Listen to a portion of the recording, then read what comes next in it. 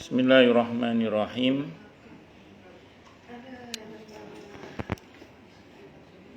Surah Yusuf ayat 81. Irji'u ila abikum faqulu ya abana inna ibnaka saraq wa ma syahidna illa bima alimna wa ma kunna lil ghaibi hafizin. Kembalilah kepada ayahmu, Nabi Yakub maksudnya, dan katakanlah, ini saudaranya belum tahu kalau ini Nabi Yusuf, tapi Benyamin udah tahu. Nabi Benyamin tenang-tenang aja. Wahai ayah kami, sesungguhnya anakmu telah mencuri dan kami hanya menyaksikan apa yang kami ketahui dan kami tidak mengetahui apa yang dibalik itu. Jadi ngomongnya bapakmu anaknya ditahan di kerajaan Mesir gara-gara ketahuan mencuri. Ngomong ngono ya bapakmu, kira-kira gitu. Itulah yang kami ketahui dan kami tidak mengetahui apa di balik semua itu. Maksudnya ya di balik semua itu Nabi Yusuf kan ngasih isyarat ke bapaknya sebenarnya bahwa ini bukan murni kejadian pencurian. Ini ada rahasia di balik apa yang terjadi, yaitu Nabi Yusuf memang merencanakan pertemuannya dengan saudara kandungnya Benyamin, dan nanti pada akhirnya beliau akan bertemu dengan ayah dan ibunya dan seluruh saudaranya nanti. Nah, ini yang oleh saudara-saudara Nabi Yusuf nggak dipahami kata-kata terakhir itu. Ya, yang kami tahu saudara kami Benyamin mencuri, itu yang kami lihat, dan kami tidak tahu apa yang dibalik semua itu. Maksudnya rencana Nabi Yusuf. Tapi Nabi Yakub nanti menangkap informasi itu. Karena Nabi itu kan cerdas. Kalau nggak cerdas bukan Nabi namanya. Jadi, tapi saudara Nabi Yusuf nggak paham itu, nggak paham. Ya, makanya bukan Nabi soalnya. Yang bukan Nabi ya nggak cerdas. Kalau Nabi cerdas itu paham. Was'alil qaryata allati kunna fiha wal 'ira allati aqbalna fiha wa inna lasadiqun. Dan tanyalah penduduk negeri tempat kami berada dan kafilah yang datang bersama kami, dan kami adalah orang-orang yang benar. Ya, masih membela diri. Kita ini bukan orang jahat kok kita ini. Karena rasanya nggak mungkin kalau saudara kami itu mencuri, itu tidak mungkin. Emang nggak mencuri memang. Dan ya siapa yang nggak tahu anak-anaknya Nabi Yakub? Memang orang baik. Tapi bahwa pernah ada kenakalannya ya harus diakui. Ada kejahilannya harus diakui, bahwa saat itu kakak-kakaknya Nabi Yusuf ya cemburu berat lah dengan sikap ayahnya Nabi Yakub yang terlampau mencintai Nabi Yusuf, sampai akhirnya berencana jahat untuk membunuh Nabi Yusuf itu karena kejahilan mereka saat itu. Tapi ini pelajaran buat kita juga. Pertama gini, para nabi itu memang harus pernah salah supaya tidak dituhankan, itu satu. Yang kedua, di balik kesalahan para nabi itu pasti ada hikmah untuk kita, untuk pelajaran untuk kita. Kalau para nabi kan tidak mungkin berdosa. Kalau kita bisa berdosa kalau berbuat kesalahan ini. Apa itu? Sesayang-sayangnya kita kepada salah satu anak kita, tidak boleh kita tampakkan secara lebih di hadapan anak yang lainnya. Secara rasa kita tidak bisa mengendalikan secara rasa. Sangat mungkin di antara anak kita ada yang lebih kita sayang, itu sangat mungkin. Tapi secara sikap kita harus bisa mengendalikan diri sehingga harus bersikap sama. Sebenarnya nanti nggak hanya kepada anak ya, tapi juga kepada cucu juga nanti, termasuk begitu kepada cucu. Saya mungkin pernah cerita di sini ketika ada seorang kakek bagi-bagi uang ke cucu-cucunya yang dari keluarga miskin. Jadi ada seorang kakek bagi-bagi uang ke cucu-cucunya yang dari anak-anaknya yang kurang mampu lah. Sementara cucu dari anak yang mampu nggak dikasih. Mungkin alasan karena mampu kali. Tapi akhirnya sang cucu ini ngomong sama ibunya, sama orang tuanya lah, kok saya nggak dikasih sama kakek yang lain dikasih. Nah, muncul kecemburuan. Akhirnya orang tuanya mengatakan, ya harusnya dikasih aja lah anak kita, walaupun nanti toh uangnya juga akan kita kembalikan ke kakek itu lagi untuk nyenengin hati cucu. Nah, jadi kita itu begitu. Makanya saya punya jamaah itu pernah suatu saat pulang dari jalan-jalan bersama dengan saya itu, beliau nggak bawa oleh-oleh. Ditanya oleh temannya, kamu kok nggak bawa oleh-oleh sama sekali? Cucu saya banyak. Kalau saya beliin satu, saya beliin semua. Saya lagi nggak Gak ada uang yang cukup lah kalau bahasa kita itu. Ya gitu. Iya, itu seperti itu. Jadi memang harusnya begitu kita itu. Nah, termasuk nanti mantu. Nah, mantu. Kalau satu mantu dibeliin, mantu yang lain beliin semua itu. Itu sih, iya. Itu dari segi sikap ya. Ya tentu dalam skala yang tampak untuk diberikan. Ya kalau pas main ke rumah ada kue, jangan terus semua dikasih kue kayak ngirimnya. Apalagi yang satu di Probolinggo sana ya jauh. Jadi singkat kata singkat cerita, ini maksudnya dalam skala untuk menjaga rasa ya. Makanya saya ulang tadi, dari segi rasa seorang orang tua, seorang kakek itu kadang tidak bisa dipungkiri ada cenderung pada salah satu anak atau salah satu cucu misalnya.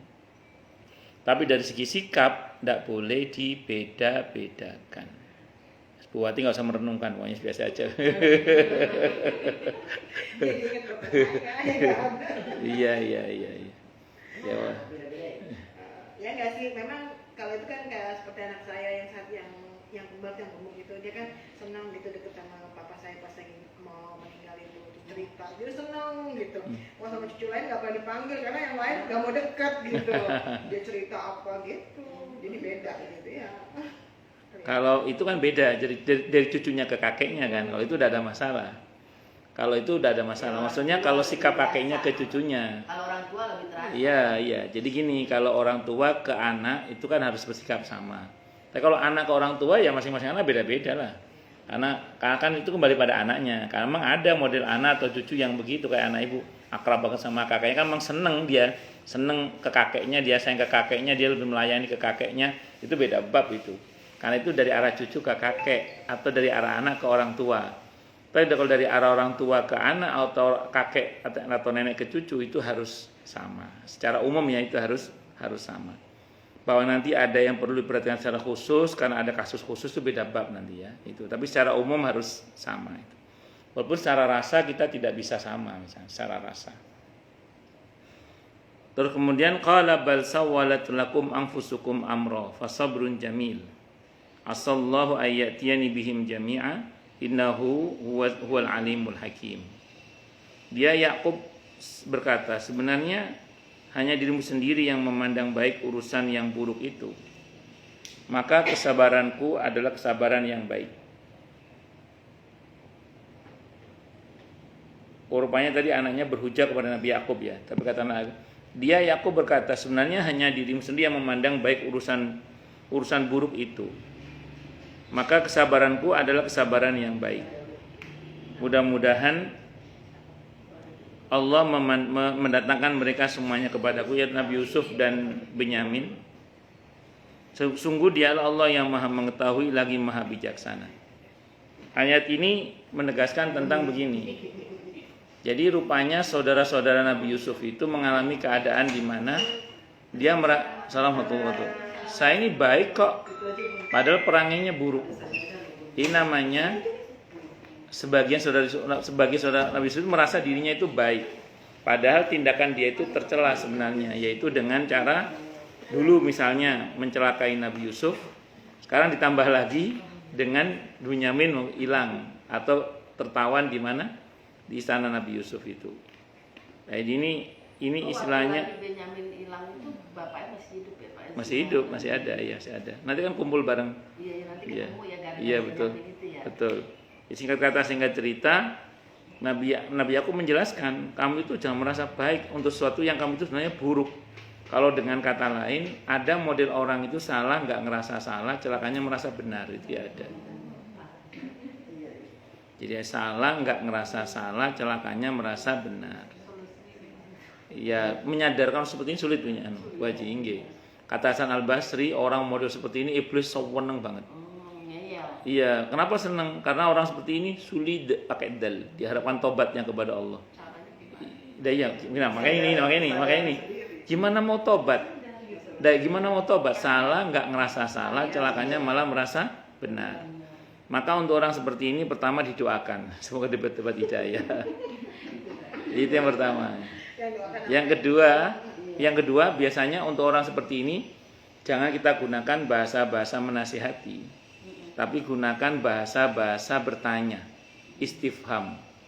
Contoh gini, Misalnya dia kakak kita lah, Mas, sama gini dia apa nggak takut begini ta? Loh, kalau begini apa nggak khawatir begini ta? Mas, iya Mas sama yakin begitu? Apa nggak takut nanti kalau begini ya? Kita tanya aja. Karena orang model seperti ini kalau kita nasihati biasanya mental, biasanya nggak masuk biasanya. Orang yang salah nggak ngerasa salah, celakanya merasa benar, itu kalau dinasihati biasanya masuk kuping kanan, masuk kuping kiri, keluar dari mulut galakan dia biasanya. Ya, makanya kita nggak bisa menasihati, yang bisa biasa kali nggak kita kasih pertanyaan istifham tadi itu. Mau berapa lama begini Mas? Mau begini terus? Apa nggak takut nanti kalau mati ya? Apa nggak takut dosa? Apa nggak takut siksa? Gitu. Tanya aja biar dia mikir gitu maksudnya. Sehingga kita nggak terkesan menggurui, tapi kita terkesan seolah-olah kita minta dinasihati gitu loh. Apa nggak khawatir gitu? Nanti tanpa dia sadari kan dia sedang menasihati dirinya sendiri kalau dia mau sadar. Yang repot kan kalau nggak sadar itu. Tapi tidak apa-apa, tanya aja dan doakan. Semoga dapat hidayah itu. Itu seperti sama orang yang suka pembenaran diri sendiri. Gitu ya? Mirip. Jadi dia untuk setiap kesalahannya dia selalu mencari pembenarannya. Jadi ada orang yang mencari kebenaran, ada orang yang mencari pembenaran. Itu beda itu. Ya, itu seperti itu. Wa tawalla anhum. Maka kesabaranku adalah kesabaran yang baik. Sabarnya Nabi Yakub ya pasti baik lah. Mudah-mudahan Allah mendatangkan mereka semuanya kepadaku, karena pastinya akan kumpul nanti semuanya. Sungguh dialah Allah yang maha mengetahui lagi maha bijaksana. Terus kemudian wa tawalla anhum wa qala ya asafa ala yusufa wa byaddat 'ainahu minal huzni fa huwa qazim. Dan dia Yakub alaihissalam berpaling dari mereka, anak-anaknya, seraya berkata, aduhai duka citaku terhadap Yusuf, dan kedua matanya menjadi putih karena sedih. Dia menahan amarah terhadap anak-anaknya. Jadi saking sedihnya, saking sedihnya Nabi Yakub sampai mengalami buta. Saking sedihnya, sering nangis Nabi Yakub sampai mengalami apa? Buta. Oh, berarti orang sedih boleh Ustaz ya? Nabi aja sedih, apalagi kita boleh sedih. Yang nggak boleh itu meratap. Meratap itu intinya satu, tidak ridho dengan takdir Allah. Jadi tidak ridho dengan takdir Allah itu yang tidak boleh. Nabi pernah mengalami kesedihan di 1 tahun itu, sampai tahun itu dikenal dengan Amul Huzni, tahun kesedihan. Kapan itu? Ketika Siti Khadijah wafat radhiyallahu anha, dan ketika Abu Thalib wafat. Itu Nabi sedih banget itu. Saking sedihnya sampai tahun itu dinamai tahun kesedihan. Berarti sedih itu boleh. Yang nggak boleh apa? Meratap. Meratap itu intinya satu, tidak ridho dengan takdir Allah. Itu intinya. Jadi di padahal di mana kita memang sepatutnya sedih aja nggak apa-apa. Nggak apa-apa, nangis aja. Merantau. Yang satu di mana? Yang satu ikut mertua. Di mana? Di Harapan Indah. Ya Allah, deket mah itu. Beda juga, Pak. Iya, terus yang satu merantau kemana? Ke Swiss, ikut Oh. kerja sama suami adik saya. Ya Allah, ke Swiss itu. Udah dari September sebenarnya Pak. Cuma liburan tahun baru pulang gitu. Sekalian liburan. Oh, gitu. Sama Juli ini nikah lagi. Ya Allah. Nikah lagi. Mantu lagi. Kayak saya nikahin lagi. Iya. Maksudnya saya. Ya, semoga Allah mudahkan, Allah berkahi semuanya. Amin. Kayak ada budilah dihibur Pak. Biar nggak sedih terus. Qalu tallahi tadi tinggal berdua sama suami. Tiga sama ibu. Makanya Oh, ibu iya. di bawah, saya di atas. Jadi ya Oh. sepi juga. Begitu ya. Qalu tallahi taftau tadhkuru Yusufa hatta takuna haradan aw takuna minal halikin. Mereka berkata, demi Allah engkau tidak henti-hentinya mengingat Yusuf sehingga engkau mengidap penyakit berat atau engkau termasuk orang-orang yang akan binasa. Anaknya ngomong gitu ke bapaknya. Memang berani juga anak-anaknya Nabi Yakub ya. Mungkin kesel juga sama sikap bapaknya yang terlalu memikirkan Nabi Yusuf. Tapi kan beliau begitu kan gara-gara ulah anak-anaknya itu juga. Ya, wallah, terlepas dari itu, tapi sikap para nabi pasti benar, tidak mungkin salah. Sikap para nabi, kalaupun salah, ujungnya pasti benar. Jadi sikap para nabi. Cuma saya bilang tadi sedih itu boleh, yang nggak boleh itu apa? Merata.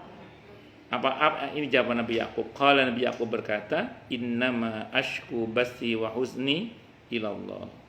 Hanya kepada Allah aku adukan kesusahan dan kesedihanku. Wa'alamu minallahi ma la ta'lamun. Ada hal yang aku tahu yang kalian tidak tahu, dan itu dari Allah. Nah, para nabi itu akan selalu punya pengetahuan yang orang lain tidak tahu karena langsung dari Allah pemberitahuannya. Seolah-olah Nabi Yakub mau mengatakan, kamu itu ngerti apa tole? Aku ini nabi, kira-kira gitu. Aku itu tahu sesuatu yang kamu itu tidak tahu. Kok nasihati aku, kira-kira gitu. Tapi Nabi Yakub itu dengan mengatakan innama ashku basi wa huzni ilallah, kata para ulama gini. Ini kata para ulama. Ketika Nabi Yakub berkata, inni akhafu ayyakullahu dhib. Saya takut Yusuf dimakan oleh serigala. Itu Nabi Yakub menurut para ulama sedang berbuat dalam tanda kutip ya kesalahan karena takut pada selain Allah. Maka karena takut pada serigala, harusnya tidak boleh itu. Apalagi sekelas Nabi. Tapi itulah Nabi harus pernah salah supaya apa tadi? Tidak dituhankan dan jadi pelajaran buat kita. Nah, di situ dikatakan sudah.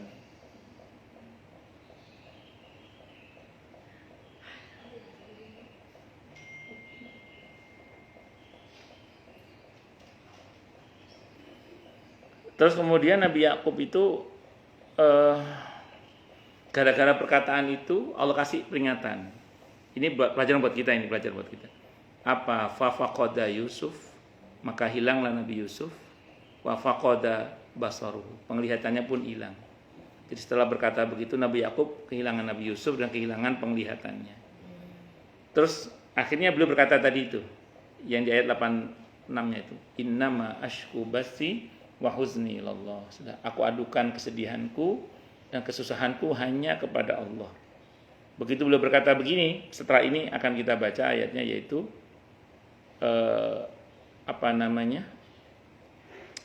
a'adallahu Yusuf wa a'ada basar. Maka Allah kembalikan Nabi Yusuf dan Allah kembalikan penglihatannya. Makanya gini, kita ini kadang udah mentok sana, mentok sini. Itu seolah-olah Allah mau bilang, udah nyerah aja deh. Nyerahin semuanya kepada Allah gitu maksudnya. Iya, nyerah. Kayak pickup kalau keberatan beban kan udah nggak ke atas gitu. Seolah-olah Allah mau bilang kepada kita buat pelajaran, kalau udah beban berat hidup kamu udah berat banget, serahin sama Allah, serahkan kepada Allah. Bisa dimengerti ya. Nah, jadi ya kalau bisa jangan nunggu berat, bahkan dari sejak awal pun kita serahkan semuanya kepada Allah.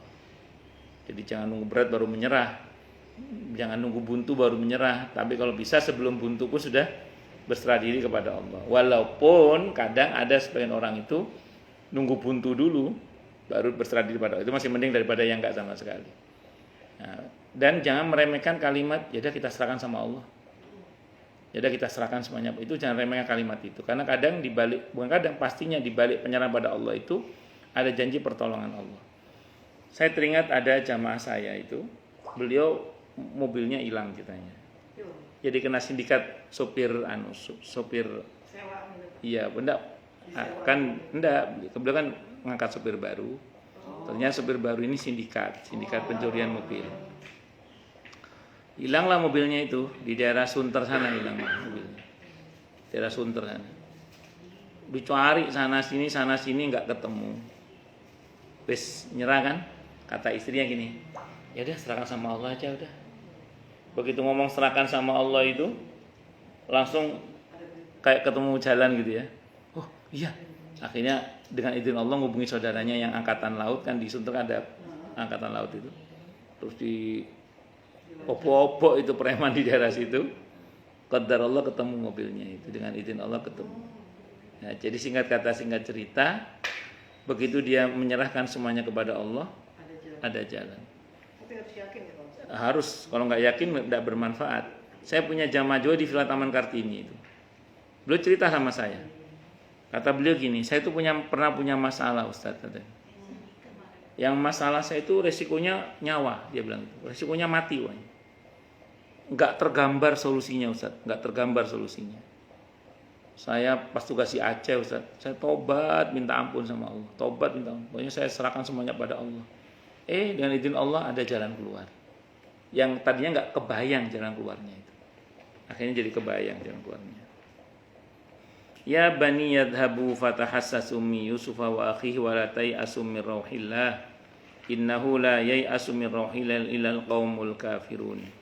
Wahai anak-anakku, pergilah kamu carilah berita tentang Yusuf dan saudaranya Benyamin, dan janganlah kamu berputus asa dari rahmat Allah. Sungguhnya berputus asa dari rahmat Allah hanyalah orang-orang yang kafir. Jadi ayat ini menegaskan agar kita jangan berputus asa terhadap rahmat Allah, karena tidak ada yang berputus asa terhadap rahmat Allah kecuali orang-orang yang kafir. Makanya kita itu diperintah untuk selalu berharapan baik kepada Allah dan tidak boleh berputus asa terhadap rahmat Allah. Wallahu a'lam bishawab. Silakan Bu yang mau tanya, protes, marah boleh. Masalah atau masalah yang lain boleh, monggo silakan. Kalau ada. Monggo silakan kalau ada. Monggo Bu Haji. Monggo. Masa yang lain. Kalau kita gibah kan itu dilarang, tapi andai kata kita bicara sama suami tentang teman kita atau dalam keadaan ada masalah, itu artinya tetap gibah atau Terus baik. Saya mau sampaikan dulu gini ya. Ada pernyataan Al-Imam An-Nawawi rahimahullah. Beliau mengatakan begini. Ghibah itu haram, kata beliau. Kecuali ada kemaslahatan yang lebih besar yang dituju. Jadi Bu Haji misalnya cerita kepada suami tentang teman Bu Haji terkait dengan satu masalah, tujuannya apa? Itu pertanyaannya. Ya, kalau tujuannya semata-mata untuk membicarakan kejelekan orang tentu tidak boleh. Tapi kalau tujuannya, Mas, aku ada masalah sama temanku. Terus Bu Haji share dengan suami, cerita ke suami tujuannya supaya dapat masukan dari suami, dapat masukan dan pemasukan dari suami, dan supaya kemudian dapat penguatan dari suami atau apalah gitu. Udah apa-apa kalau itu. Mana dalilnya Ustaz? Siti Sofiyah radhiyallahu anha itu pernah curhat sama Nabi berkaitan dengan beliau yang dibully. Siti Sofiyah itu pernah dibully gini. Oh, dasar keturunan Yahudi, keturunan Bani Israel gitu. Beliau curhat sama, ya Rasulullah, saya dibully keturunan Yahudi, keturunan Bani Israel. Padahal saya sudah masuk Islam. Nabi dengerin, Nabi nggak ngomong, nggak boleh cerita ghibah, enggak. Kenapa? Karena kalau beliau melarang istrinya cerita kepada beliau, kalau cerita ke orang lain lebih bahaya lagi. Mending cerita ke suaminya. Iya, mending ke suaminya, betul. Makanya Nabi mendengarkan. Begitu selesai dan beliau tahu ini cerita istrinya untuk mendapatkan penguatan dari suaminya atau solusi dari suaminya. Maka kata Nabi, mau nggak tak ajari solusinya? Mau ya Rasulullah. Kata Nabi, nanti kalau kamu dibully ngomong gini aja. Ya, saya memang keturunan Bani Israel. Saya keturunan Yahudi. Tapi ayah saya seorang nabi, Nabi Yakub kan nabi, Nabi Ishak juga nabi kan, itu ayahnya Bani Israel. Dan paman saya seorang nabi, Nabi Ismail kan pamannya. Dan sekarang suami saya juga seorang nabi. Iya, itu nyombongi orang yang sombong enggak apa-apa toh, supaya orang enggak sombong. Iya, itu nyombongi orang, itu Nabi yang ngajari itu. Nanti bilang sama mereka yang ngebully kamu, iya saya memang keturunan Bani Israel, saya keturunan Yahudi. Dan ayah saya seorang nabi, paman saya seorang nabi, dan sekarang suami saya juga seorang nabi. Ya, udah selesai. Wassalam. Jadi boleh Bu Haji, tidak ada masalah. Nggih, boleh. Wallahu a'lam bishawab. Kalau saya pribadi itu kalau istri curhat saya dengerin betul. Kenapa? Udah kalau dia curhat orang lain bahaya. Ya, kalau sehingga saya pernah nulis status gini. Jangan buat sakit hati istrimu, takutnya nanti banyak yang jenguk. Repot.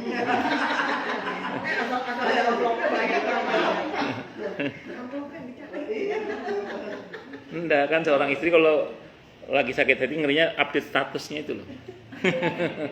Bercanda gitu. Nah, itu juga. Ya. Yang merasa. Yang suka kalau sakit hati Update update itu siapa ini? status. Saya udah di dalam hati. sorry galau gitu ya. Iya. Enggak, silakan yang lain kalau ada. Ini sekarang lagi heboh ini Pak, Oh, Bu. kebakaran di Oh iya, Los Angeles. Los Angeles. Kenapa emang? ya orang mengkait-kaitkan dengan Gaza gitu. Kira-kira Sebagai hukum kalau adat, menurut ya. Pak Ustadz gimana? Gitu. Ya, Islam itu memandang musibah itu selalu dari banyak sisi. Sisi yang pertama sisi sunatullah ya. Sunatullah itu maksudnya ya di situ alamnya bagaimana gitu. Alamnya situ bagaimana.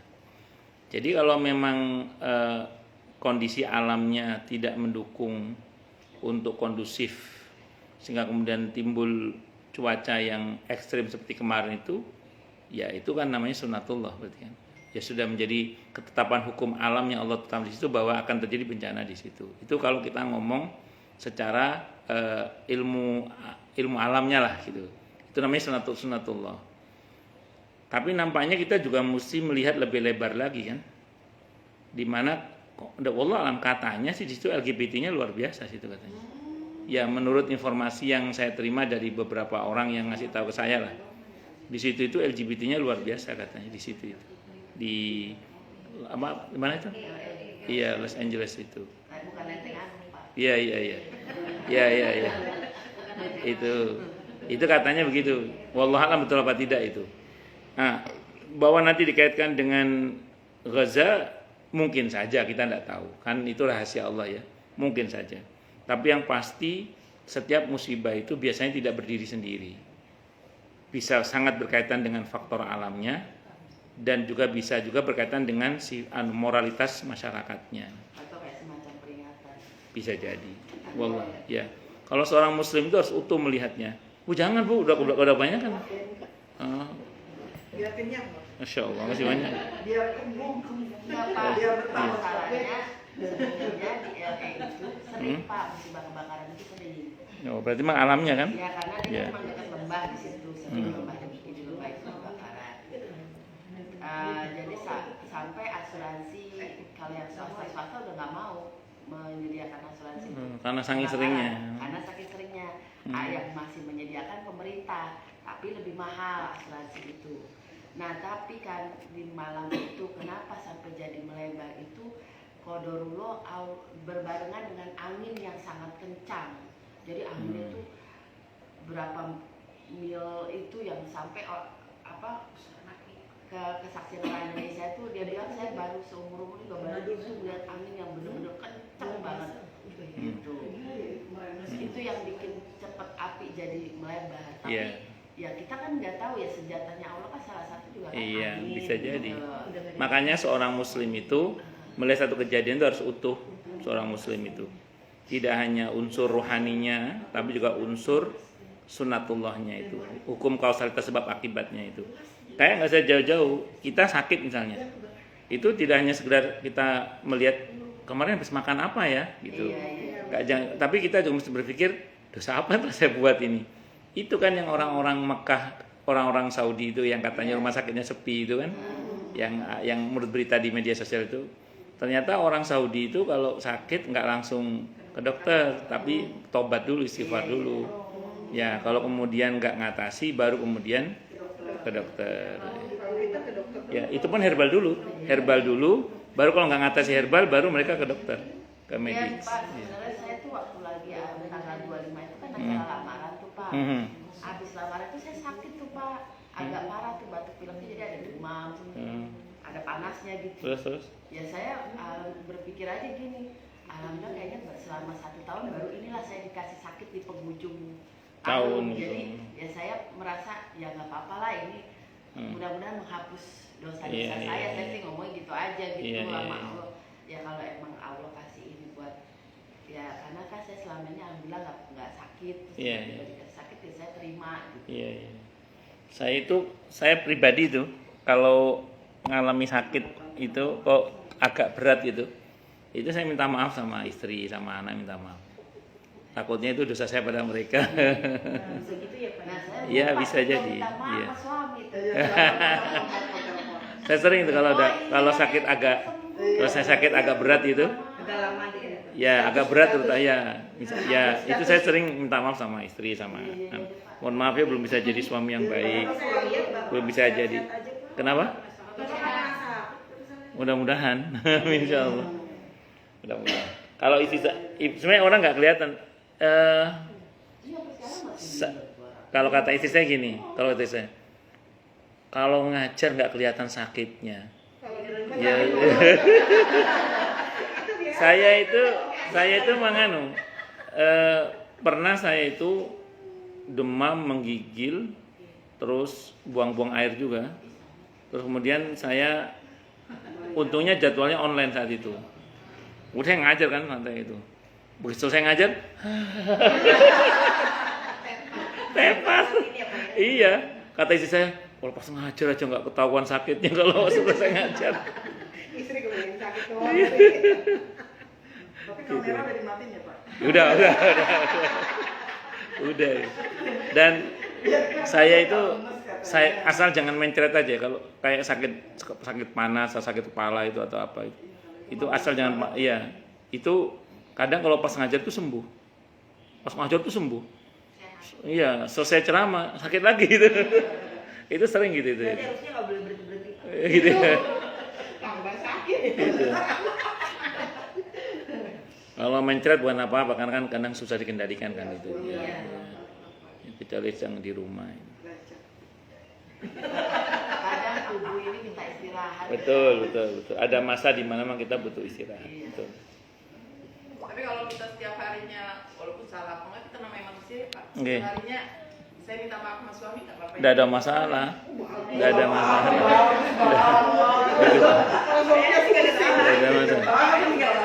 Oke.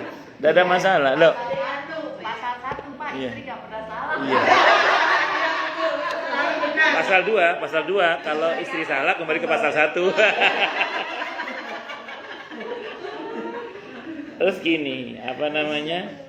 Itulah Bu, para nabi dan rasul kan tidak punya dosa. Kan Allah udah jamin mereka itu diampuni kan.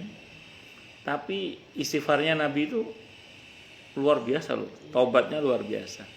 Ibu tahu kenapa? Karena rupanya kalau kita punya sensitivitas cinta itu kita akan sangat peka untuk meminta maaf. Ibu bayangin deh dulu ketika ibu masih pengantin baru ya, dulu.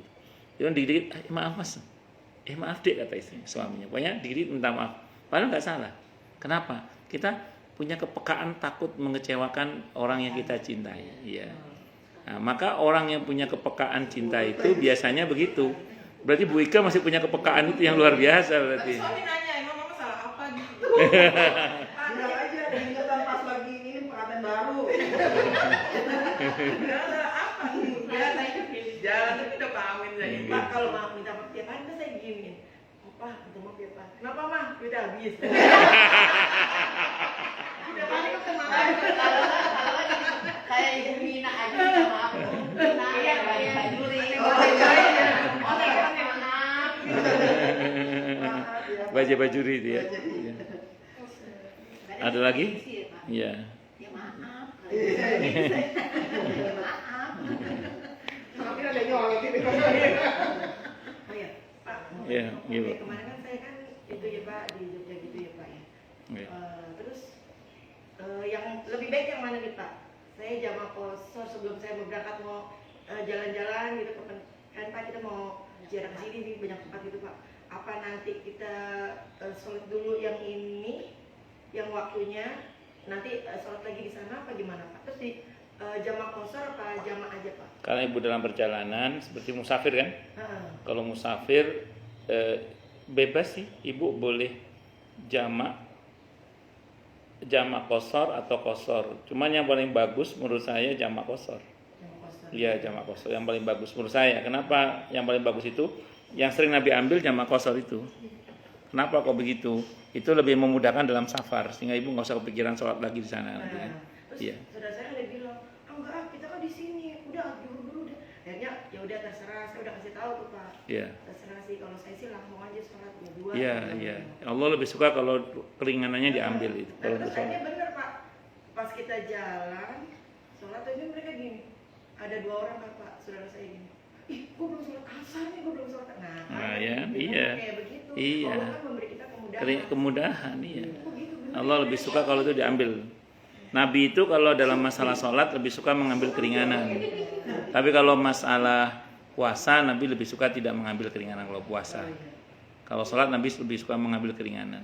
Karena Nabi lebih suka tetap puasa. Ya, tetap enggak dalam perjalanan Nabi tetap puasa. Tetap puasa. Walaupun itu musafir boleh. Oh, kayak mudik. Boleh ya, tidak kayak puasa. mudik Iya. bulan puasa gitu. Iya, iya, iya. Boleh nggak puasa kan? Nabi tetap puasa Tapi tapi. tetap puasa. Tapi nggak berasa sih kalau kita mau. Iya, padahal di jalan lebih biasa. enak. Karena kan di asing. Iya, duduk aja nggak apa-apa. Keringanan itu Deh, mau Pak. Tapi YouTube juga. kalau keringanan yang jam kosong gitu dalam perjalanan Ada nih, Bu. memang ada batasnya Pak. Nah, ini. Kalau ibu masih terus dalam perjalanan, masih keliling-keliling, ya selama masih keliling-keliling itu masih boleh ngambil rukhsah. Tapi kalau ibu mulai berdiam, misalnya ibu pulang kampung di Padang, ya, begitu ibu mencelok di kampung, nggak kemana-mana, itu 4 hari maksimal. 4 hari. Maksudnya nggak kemana-mana. Nggak, iya di situ. Itu 4 hari. 4 hari ibu boleh ngambil rukhsah, setelah itu normal salatnya. Tapi kalau ibu keliling masih di Padang, masih keliling kadang ke Maninjau, kadang ke ya pokoknya keliling-keliling. Selama keliling-keliling itu ibu ambil rukhsah lagi, tidak apa-apa. Selama keliling-keliling itu. Ya karena ibu masih musafir, masih keliling-keliling. Jadi lo 4 hari tuh. Kalau menetap nggak kemana-mana, ya 4 hari maksimal 4 hari.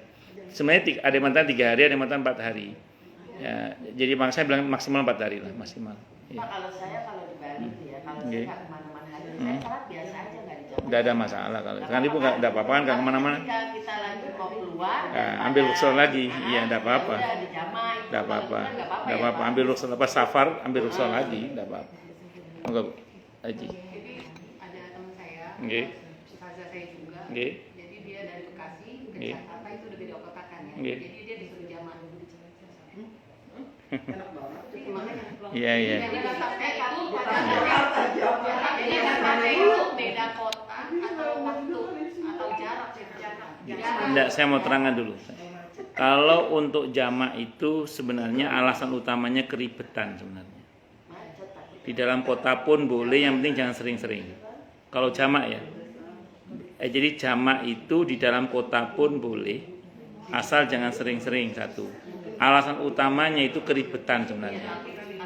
Iya. Kalau nggak ribet, maka jangan dijamak. Saya pribadi pun kadang menjamak sholat di dalam kota, tapi kalau saya merasa ribet, iya jamak jangan kosor. Kalau kosor harus ada masafatul qasri, ada jarak tempuh minimal, yaitu 80 kilo lebih itu. Ya, betul. Anda mau ke Tamsid misalnya, ke Tanah Abang, ada kemungkinan ribet mau sholat karena bawa belanjaan macam-macam. Khawatir ribet, maka dijamak sholatnya boleh, tidak apa-apa. Tapi jangan sering-sering. Masa tiap hari ke Tamsid Anda tuh? Iya. Kenapa kalau misalnya kita merasa cukup nih Pak, waktu puasa kita pulang jam 4. Iya. Ternyata kita di perjalanan jam 5 itu masih ada macet banget di atas kulkas. Iya. Setengah 6 langsung kita tayamum ambil itu boleh kan Pak? Boleh, tidak di apa-apa. kendaraan ya Pak ya? Boleh, tidak apa-apa. Nanti sampai rumah disempurnakan lagi sholatnya seperti biasa. Kalau nggak sempet Pak, udah sampai rumah udah maghrib. Tidak apa-apa, diulang lagi sholat asarnya. Sholat maghrib, Oh iya, sholat asar dia diulang lagi. Boleh ya, Boleh, namanya i'adah namanya. Jadi yang di kendaraan itu sholat dihormatil waktu namanya. Sholat apa adanya sekadar. Iya, boleh, tidak apa-apa. Saya pernah gitu, salah prediksi. Oh, masih di atas bis sudah menjelang maghrib, sebelum sholat asar lagi saya ini. Sementara tadi nggak saya jamak kan, saya pikir lancar kan. Nah, saya sholat di atas bis itu tayamum aja.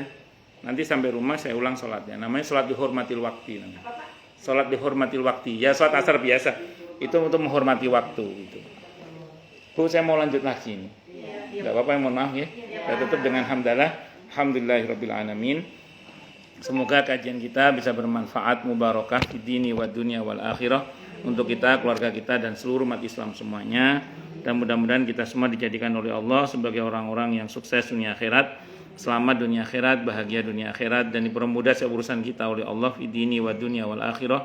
Semoga Allah limpahkan hidayah selalu untuk kita, semoga Allah tingkatkan selalu hidayah untuk kita, dan semoga Allah berikan hidayah untuk siapapun yang melihat kita.